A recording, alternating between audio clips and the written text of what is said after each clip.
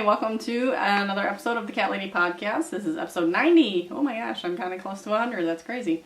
It is February 1st, 2019. Thank you for joining me. If you're new, thanks for checking me out. Please like and subscribe if you enjoy watching my videos. If you are a returning viewer, I'm forever grateful for your support through, which is almost 4 years. Actually, I figured that out today, that I've almost been podcasting for 4 years. Obviously, I took like a 6-month break. I don't know how long it was, but we're back in the game. We're coming up in March, would be my 4th year podiversary, so hopefully I just keep it going. I just gotta keep plugging along, not really worry about the numbers game that gets to me sometimes, but that's okay. I'm here to have fun, and I hope all of you are having fun with me. Podcast news. I have 2 knit-alongs going on right now. One just started today. It's the warm-up cal. And like I said before, I'm just calling it a knit-along, but it's craft-alongs. So you can crochet or weave. So it's the fiber arts along, I don't know, whatever. But we are making adult-sized cowls, scarves, hats, gloves, mitts, socks. So anything to stay warm, because it's ridiculously cold in the Midwest at least. So that's the first one, and I will give away some prizes, and everything's in Ravelry as far as rules. It's going to go until like mid-April, and one post per object, as many objects as you got. Has to have been started today and beyond. So I might extend it depending on how many entries we have, because I like to have a good number of entries to give away stuff. So I showed off some potential prizes on the last episode, so go back if you want to see. But it'll be at least a project bag and a DPN holder and maybe some yarn that I pulled out of my stash. So again, it depends on how much participation, so get those things going. The second one is I'm partnering with the Reluctant Knitter podcast to do a Fiber Fest sweater knit along. So this is for basically an adult size sweater.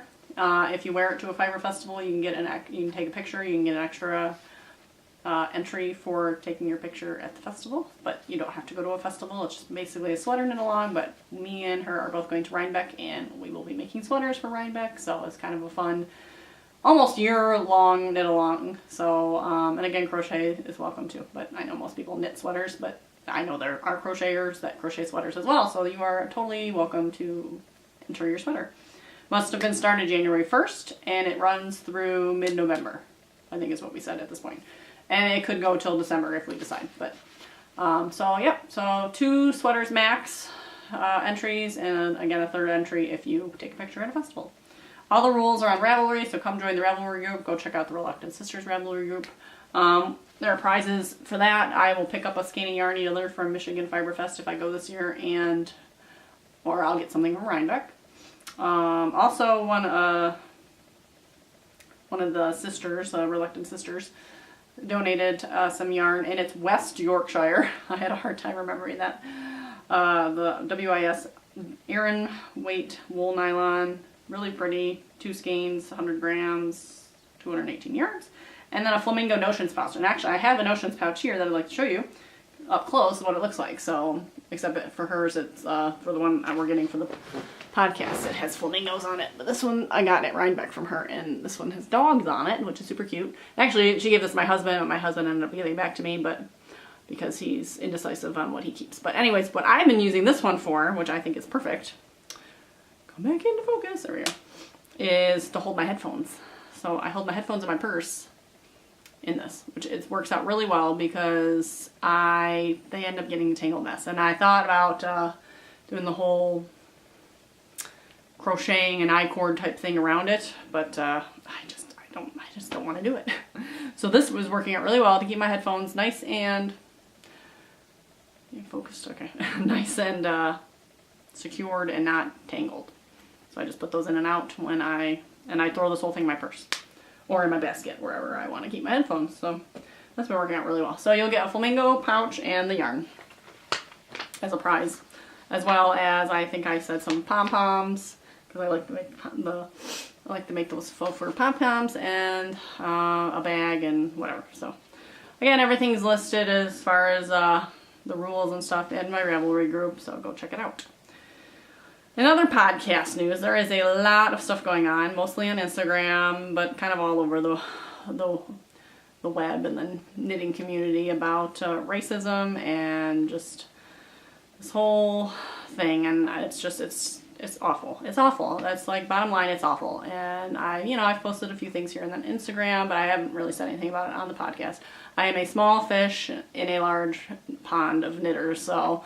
I just debated even saying anything because it's like, what's it gonna do? But it'll do something, right? I mean, I can't just sit quiet. So I've posted a few things so everyone knows that I am totally against anything that's like racist or against any people of color of any sorts. I mean, this is ridiculous. And I am definitely in the camp of someone who was completely oblivious because, I mean, I have a handful of followers that are people of color that are super popular and way more, like awesome in the knitting community. So never in my wildest dreams would I ever thought that there would be discrimination against them in the knitting world, because I mean, here I am at the bottom of the barrel as it is, and all these awesome makers of color that are doing amazing things and that I've been following for, years. So to think that they were going through this and I had no idea is, of course, a big smack in my face. But then to even question that they're dealing with this, like to even say like, wow, are you sure? Is beyond ridiculous. I'm here to listen. I'm here to support. I'm not here to question, are you sure? Or maybe, they didn't mean it type thing. So I just want to put that out there that whatever I can do to help, please, I'm here to listen, to learn, to support.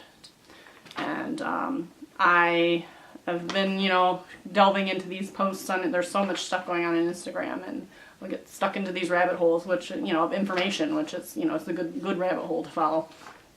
And of course I've stumbled across the latest that is going on with the dyer that I'd prefer not to name.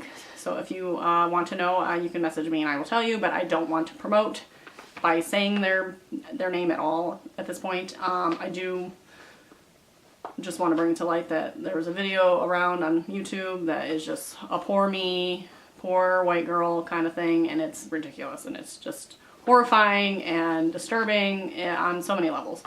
So I am not following that person on Instagram anymore. I've never purchased any yarn from them in the first place, so thankfully. There are people going around saying, if you have this dyer's stuff, I will over dye it for you. I will do something with it to, make it new and pretty much, strip the original feel from it, I guess.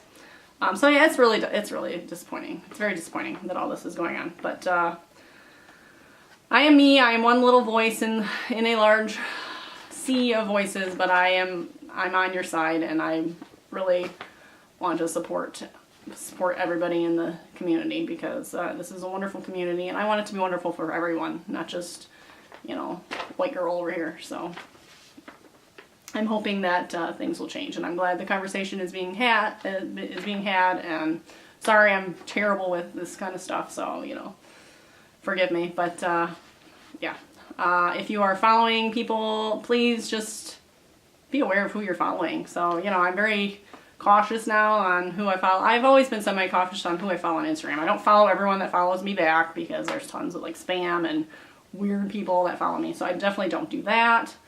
But, now it makes you wonder, like, some of the businesses that you're following, like, what do they stand for? What do they support, So, just take a look through your lists sometimes, especially if you have, like, thousands of people you follow. Maybe it's, you don't interact with all of them. I certainly don't, so. But, it helps maybe to clean house every once in a while. And again, if you need a little bit more information, I will gladly send me a message. I'll tell you a little bit more about it. So that's it. I'm still dealing with this cough, so forgive me. The more I talk, it gets worse. So on to the fun stuff, on to knitting. I am working on, I have no finished objects, so hopefully this episode's going to be a lot shorter than the last couple, because the last couple have been kind of long. So this week was not the best week, so I didn't get a lot of crafting done in general. So my first is Jim's Vanilla Socks, living in my Japanese knot bag by Crafty Knitter 7, who's a Tangled Skein CA. I have not done anything since last time I showed them, so I have one sock done and a toe that I still have here. So I'll show you real quick, but I literally haven't touched it, so Jim's like, when are you gonna make my socks? I am currently experiencing second sock syndrome, so I need to get on that. It's a good travel portable project, so if I'm like going out to eat or into the mall or something, I like to bring this, but you know, it's like when I'm sitting on the couch for the long haul, I kind of just like to bring out my long, big projects, so on to my long haul project. Here is my Find Your Fade by Andrea Mowry. So I've made some progress on this. Let's see. Somehow I made a mistake and ended up with an extra stitch somewhere, so I just had to resolve it at the end and knit two together, but I don't know how that happened. But for the most part, I've been keeping up pretty well. So last I left off was at the yellow marker. So yeah, a couple inches of progress there. I'm on to the lace section of this color. So after that, I will get to introduce the 5th color. I think I have, no, I'm on color 5. So the 6th color. So I have two more colors left. So that's exciting. I think it's huge. But I'm loving this. I am loving this. I am loving this so much better than the first one. So I'm very happy with that. That is the Fog Bank kit from Knit Picks. It's in Knit Picks Hawthorne, which is a tad scratchy. I kind of wish I would have went with a stroll, but I don't know if they had stroll kits or not. But I love the colors too much. They were too pretty to pass. BB-8 bag from my friend Brandy, who is Witchy Knits Designs. So she doesn't sell bags, but she designs patterns on Ravelry. So Witchy Knits, if you are interested in some patterns. That's it for knitting. See, I haven't done much. I did write it down. I am working on a new design, so I really want to do designing more. It's fun. I have some ideas in my head, but you know, it's hard to not, you know, worry about being original and all this other stuff. But I watched the, what's her name's Frenchie. What is her thing? Yarn Alchemist is her group. What is her name? Aroha Knits. Everyone, I'm sure, knows her. She's got awesome patterns, and she also does some like videos and stuff about designing, and she's got a whole group to encourage people to design. So, and she does the 5 shawls in 5 days, so everyone's got to know that one. So I watched one of her. She had this like online webinar for like an hour, and it was like literally the webinar was going to start in 2 minutes. I got an email. I'm like, okay, I was about to get up and go to the store. Like, okay, nope, I'm sitting down and I'm watching this webinar. So I watched the webinar about basically how to streamline design process, and she's also selling her program, which is called the Swatch Studio, which sounds awesome. It's a little bit pricey for me. It's not really in my budget. Maybe someday it'd be something I'd like to do. If I knew I could dedicate the time to put into her program to streamline your becoming a designer, I would pay for it. But at this point, with having kids and all that stuff, I can't dedicate it. I know it'll be a waste of money. So maybe in the future. But for now, I'd like to at least still kind of tinker on my own. So after listening to her webinar and writing some things down, I started jotting down some of my design ideas, and so I'm working on right now. It's a cowl, fingering weight. I have 2 yarns I'm kind of flip-flopping, and I have 2 different sizes, and I haven't decided if I'm going to make both sizes or if I'm going to make one size. And kind of that depends on my yarn choice too. But this was one of the yarns I was going to use. I got this from my friend Jessica, who is the Sarah Nova Crafts podcast. She bought a sweater quantity of this and then like saw some swatches and samples and realized not a good choice for a sweater. It's very busy, but could be fine for like a cowl. So I need to swatch it up. But it's really very goth punky to me. I don't know, just the pink black combo I kind of like. And this is Alegria Menos del Uruguay yarn in the, I don't know if it has Cabaret color. But then my other choice that I was going to go with was my Humble Acres yarn, and this is called the Cat's Meow, and this is a really pretty, again, like dark bluish mint combo.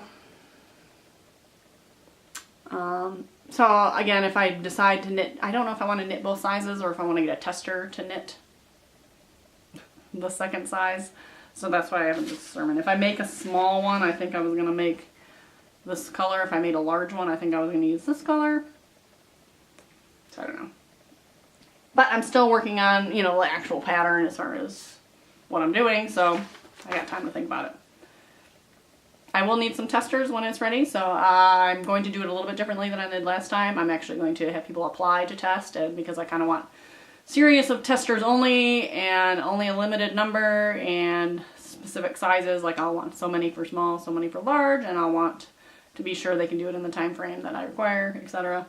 So I want to make it a little bit, because last time I just let anybody test it, so I passed out the pattern to like 20 people, and I think I only got like 3 or 4 people that actually finished it and tested it, so not quite what I needed, but I was pretty confident with the pattern to begin with, and I didn't have any real mistakes that needed to be fixed, so this one, I'll probably still, well, with having the 2 sizes, I'm definitely going to want the testing, so. So that's it for knitting. On to spinning. I finished my spin. So last I showed you, I was working on the Lavender Sheep in the Dogwood Blossom colorway. It was a merino silk blend, and I was trying to make a 2-ply bulky. And when you're used to spinning thin, it is very hard to spin bulky.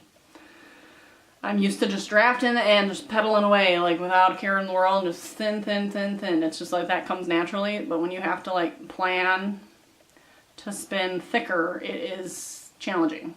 Because I had to pedal really slow because I don't have different whirl sizes on my wheel to change the ratio of how it spins. So if I want it to not spin as much, I got to be really slow, and I have to be very careful on not over, you know, drafting. I gotta draft a little bit slower as well to get the thicker pieces out. So it is not as consistent as my typical fingering weight yarn would be, but I'd say it's pretty good.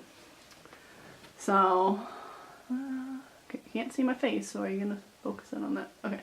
Color is a little bit darker than it is in real life. Again, it's the lighting in here. But it's a very like pinkish, blackish. It was kind of a pink-black blend.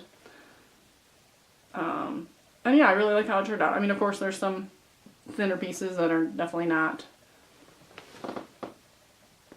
considered bulky in there, but most of it seems to be pretty bulky. So I'm excited to make a hat or a cowl out of that. And the color's nice and subtle. It's just a nice darker pink, so definitely something I will be able to use. I'm also working on my odds and ends by Into the World. I have not made any progress on that, so I will not show those off either. Oh, well, that was work in progress. Okay, moving on to work in progress. Odds and ends. Haven't done anything. I pre-drafted my next braid. It was a little felty at parts, so I just decided to pre-draft the whole thing. It's another Lavender Sheep. This is merino silk called Child's Play. So there's her, where is it? There's her little sheepy logo. Last time it didn't focus, so there's that. 4 ounces. And so it's all ready to go. I drafted it out, but now I'm looking at the colors and I'm not sure how to spin it. So the colors are fun, but I don't know. I don't know why, it's not that I don't like it, I just don't know why I bought it. Because it's like not really my colors. So it's like we have an orange, a blue, there's, and I have them all numbered, so I make sure I spin them in the right order. This is how I want to keep them consistent on how I drafted them, so the colors, you know, line up. But then it's got some fun, like blue raspberry, blue and red, like, yeah, blue, kind of a blue raspberry magenta in there as well. So you can kind of see them all in this one. So we have blue, orange, magenta, and then the blue raspberry stuck in there too. I think those are the 4 colors. So 1, 2, okay. So those are all ready to go, but I don't know how to spin it. It's like I could do a 2-ply, and it could just be like crazy, mixed up, eclectic kind of I could do a 3-ply and then keep the color runs, which is what I would typically do with that. But I'm kind of was hoping to do another like bulky quick spin, because oh my gosh, that was so fast. It took me like a week. It was like I sat down 2 or 3 times and did the whole thing, so that was kind of fun to do it so quick. But if I do bulky, I don't like bulky in a 3-ply. I have a bulky 3-ply, and it's okay, but I just like the 2-ply better. Let's see, what's this one? This one's kind of similar, to be honest, in like these weird, just kind of brighter colors that aren't typically. And this one I did. This one looks like a 2-ply, maybe. I can't tell.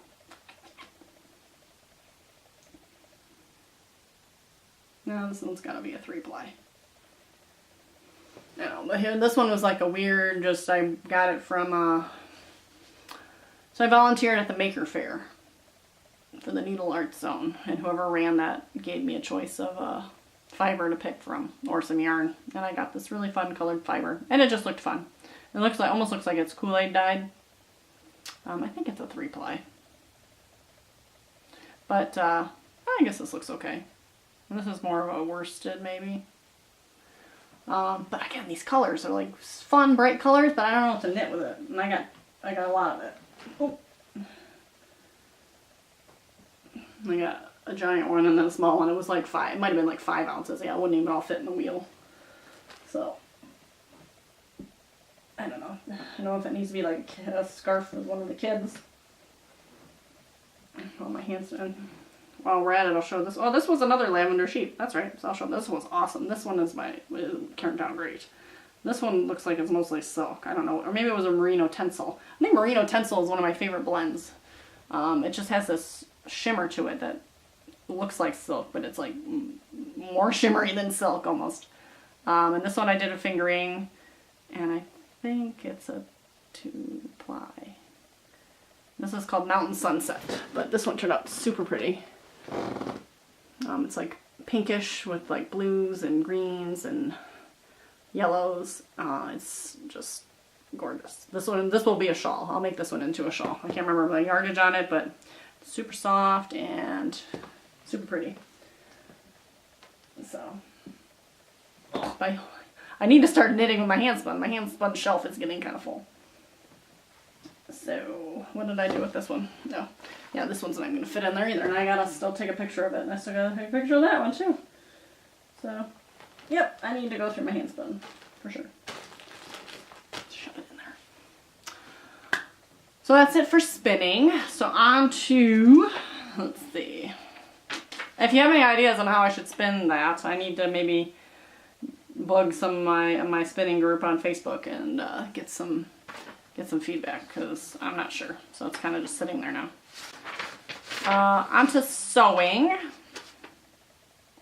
I showed off some of my whips last week, or that were upcoming, so I had my pile of fabric. So I did my Mickey bag. I am not 100% satisfied with the zipper. Like I mentioned before, it's really tough to get a zipper like perfectly straight, so this one is not perfectly straight. It gets a little close to the edge here, but I mean, it opens and closes. Maybe. It's got polka dots on the inside, and again, the size was supposed to be a wider or a taller sweater size, but it's a decent size. It's a shawl size, I'd say. I want to get little zipper pulls on these, on all of them, because I think that would be cute. Pretty much determined I really like the wrist strap style. So yeah, there's that one. So I only got that one bag. And then I made a drawstring bag with the same material, polka dots on the inside, black paracord. So there's that. And then I had, whenever I cut out my fabric, I cut out extra stuff for DPN holders, so I don't need 3 Mickey DPN holders, but I made 3 Mickey DPN holders, so maybe I'll have a Mickey themed giveaway one time, and I could throw one of these in there. Fabric's a little bit crooked on this one, so you can see the kind of the line goes a little bit down there, but it's holding your needles, whatever. And it's, again, if I give it as a giveaway, not a big deal. This is why I probably won't ever sell bags. I don't know, unless I like perfect my craft, but. And then I can't remember if I showed these ones off or not. I might have showed them off without the buttons, but I put the buttons on these ones. I really like these ones. It's like a gold. You can actually, the gold is kind of shimmery. It's kind of got like paisleys. And I got some gray arrows on the inside. And it matches the bag that I made as well.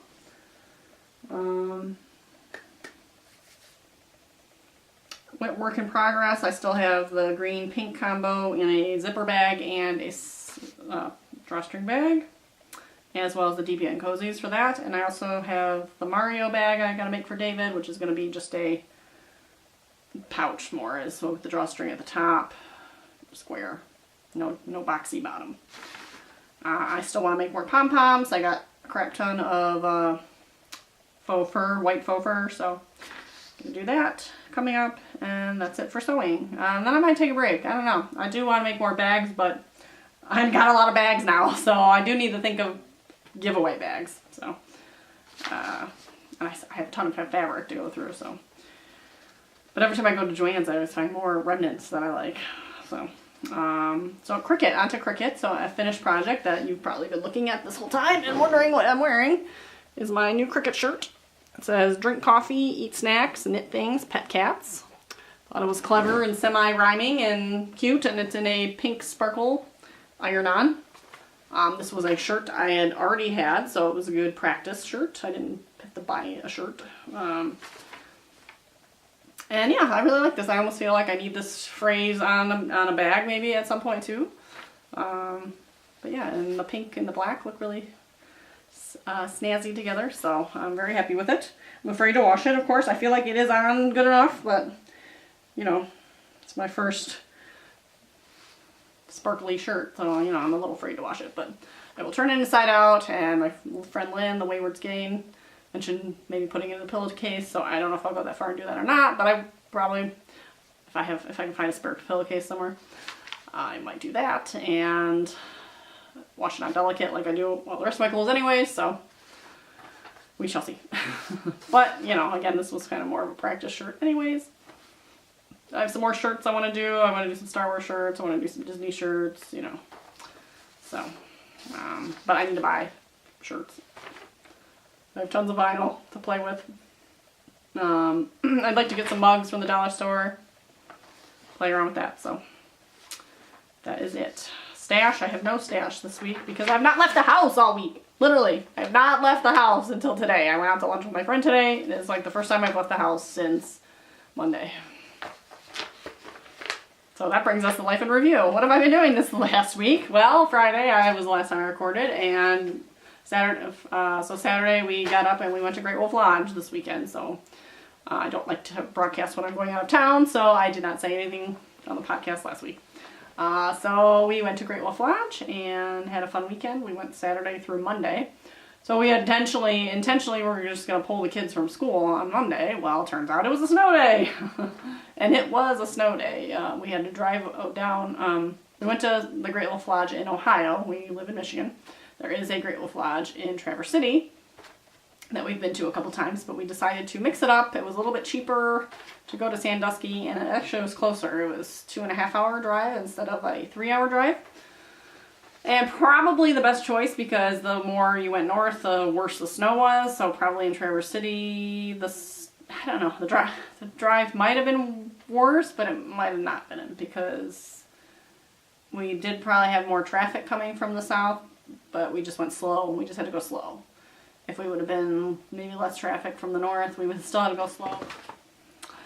One day I will learn with this camera. It stops recording at 29 minutes and 59 seconds, so I really got to keep an eye on my timer. So I apologize for that. But anyways, as I was saying, I'm not sure which way would have been quicker coming home, but we added about an hour to our time coming from Sandusky. Just because of the snow. So we dealt with that, but it was fine. And we were constantly moving. We were just moving slowly. So we made it home, and on Monday night-ish, it was like 5 o'clock, and we just kind of vegged out. Well, then we got snow day on Tuesday, which it was still, they could have went, but the back roads were still pretty bad, I guess, as far as the buses. See, ideally, if they really need to like work on not running the buses and still having school, because I mean, the majority of the parents are going to work anyways, so they will drive their kids to school. I know that's not the case for everyone, and that's fine. If they have to stay home, they stay home. But for the rest of us that can take our kids to school, I would have taken my kids to school. On Tuesday, at least. Okay, Wednesday, we had record temperatures of -30 wind chill. I get it. It was freezing. I wouldn't have wanted to take my kids to school. And then Thursday was the same thing, -30. And then on top of that, we had a gas fire in a neighboring town that affected the entire Consumers Energy gas system in southeast Michigan. So everyone was encouraged and alerted to turn their thermostats down to 65 degrees and not consume as much gas. There were a lot of houses in my neighborhood that their gas just wasn't getting the flow that they were supposed to, so their furnaces weren't running. Thankfully, our furnace was keeping up just fine, even though it was like running constantly. I did turn it down a few degrees, but I gotta figure out our furnace. So we set our thermostats for 75, 76 degrees, which is super high. And there is no way our house is registering at 76 degrees. Except maybe in that one, but maybe it is in that one spot in the kitchen where the thermostat is. Maybe it is, but it is not 76 in the other room. It is not 76 upstairs. It is not 76 anywhere in the house except for maybe right in front of the thermostat. That's the only thing I can think of. So I need to get like a standalone thermometer and see what the temperature is. But I turned it down to like 73 and it felt freezing. And I plugged in our space heater, which has a thermostat on it, and it was registering like 68. So that sounded about probably what it was. But that was before I turned it down to 73. It was registering as like 68 degrees. So something, wherever our thermostat is, probably isn't the most logical spot for it, but it's been there since the house was built. So, and we've had 3 different thermostats on there, so I know it's not my thermostat. We've always had to set it high.